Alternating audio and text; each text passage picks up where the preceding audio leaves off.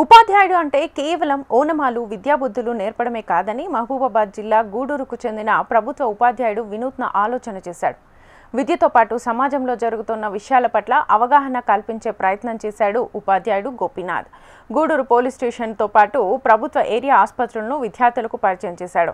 గాజులగట్టు గ్రామంలో ఉన్న ప్రాథమిక పాఠశాల విద్యార్థులతో పాటు పాటమీదిగూడెంలో ఉన్న ఇంటర్, డిగ్రీ, 10th చదువుతున్న విద్యార్థులను ఈ ప్రదేశాలకు తీసుకెళ్లాడు. పిల్లలను చూసిన ఎస్ఐ గిరిధర్ రెడ్డి ఆప్యాయంగా చేరదీసి పోలీస్ వ్యవస్థ పట్ల గౌరవ మర్యాదలను కలిగి ఉండాలని పిల్లలకు వివరించారు. సమాజంలో జరుగుతున్న నేరాలపై అవగాహన కల్పిస్తూ పోలీస్ అధికారుల పనితీరును వివరించారు. తర్వాత ప్రభుత్వ ఏరియా హాస్పిటల్లో విధులు నిర్వహిస్తున్న డాక్టర్ విద్యార్థులతో అనేక విషయాలను పంచుకున్నారు. రోగాలు ఏ విధంగా వస్తాయి, ఎందుకు వస్తాయి, రోగాలు వస్తే మనం ఏ జాగ్రత్తలు తీసుకోవాలనే అంశంపై అవగాహన కల్పించారు. ఈ సందర్భంగా ఆసుపత్రిలో ఉండే ఎక్స్రే, ల్యాబ్, అత్యవసర వైద్య విభాగంతో పాటు వైద్య పరికరాలను పిల్లలకు పరిచయం చేశారు. విద్యార్థులను తరగతి గదికే పరిమితం చేయకుండా వారిని ఆడుతూ పాడుతూ అర్థవంతంగా విద్యను బోధిస్తున్న గోపీనాథ్ను స్థానికులు అభినందిస్తున్నారు. ఇలాంటి విద్య వల్ల చిన్నారులకు చదువుపై ఆసక్తి కలుగుతుందంటున్నారు గ్రామస్తులు. నా పేరు డాక్టర్ వాంకుడోతు గోపీనాథ్. నేను ఎంపీపీఎస్ పాటమీదిగూడెం ప్రాథమిక పాఠశాలలో పనిచేస్తా ఉన్నాను ప్రభుత్వ ఉపాధ్యాయునిగా.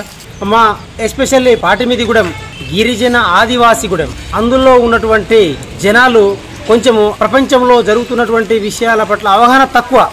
అట్లా ఉండకూడదు. నేను ఒక ప్రభుత్వ ఉపాధ్యాయునిగా అక్కడ పనిచేస్తూ ఉన్నాను కాబట్టి నా బాధ్యతగా నా పిల్లలు అక్కడ ఆ ఊర్లో ఉన్న అందరి జనాలను ఎడ్యుకేట్ చేయవలసిన బాధ్యత నా మీద ఉంది. కాబట్టి ఈరోజు నేను అందరి పిల్లల్ని నా సొంత ఖర్చులతోటి నేను గూడూరు స్థానిక పోలీస్ స్టేషన్లు కానీ, ఎంపీడీ ఆఫీస్ కానీ, ఎంఆర్ఓ ఆఫీస్ కానీ, బ్యాంకులో కానీ, ఇక్కడ గవర్నమెంట్ హాస్పిటల్ కానీ తిప్పడం జరిగింది. అంటే దీనివల్ల ఏం జరుగుతుందంటే ఒక పిల్లవానికి నేను ఒక ఆఫీసర్ కావాలనే ఒక ఆలోచన జరుగుతుంది.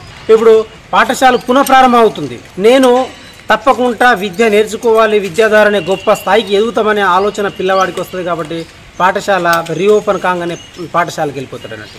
అదేవిధంగా డ్రాప్ అవుట్స్ అనేది తగ్గుతూ ఉంటాయి అన్నట్టు. అదేవిధంగా కేవలం ప్రభుత్వ పాఠశాలలో మాత్రమే పనిచేసే ఉపాధ్యాయులు అన్నీ చేయగలరు.